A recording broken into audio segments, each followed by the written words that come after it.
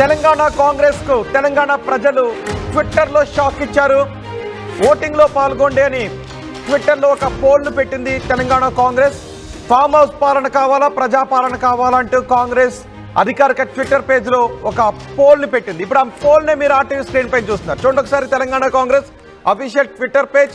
తెలంగాణ రాష్ట్రంలో ప్రజలు ఏ పాలన కోరుకుంటున్నారు, తెలంగాణ రాష్ట్రంలో ప్రజలు ఎలాంటి పాలన కోరుకుంటున్నారు? ఏ ఫామ్ హౌస్ పాలన, బి ప్రజల వద్దకు పాలన. ఇప్పటి వరకు ఓట్ చేసిన వాళ్ళు 56,429 మంది ఓట్ చేశారు. ఇంకా 3 గంటల సమయం ఉంది. 20 గంటల క్రితం ఈ పోల్ని ట్విట్టర్లో పెట్టారు.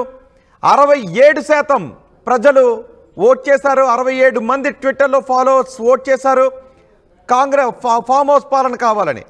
32.9% మంది ఓట్ చేశారు ప్రజల వద్దకు పాలన కావాలని. ఇక్కడ ఫామ్ హౌస్ పాలన అంటే బీఆర్ఎస్ పాలన అనే ఉద్దేశంలో ఫామ్ హౌస్ పాలన అని కాంగ్రెస్ పెట్టింది. కాంగ్రెస్ కోసం ప్రజల వద్దకు పాలన అని పెట్టింది.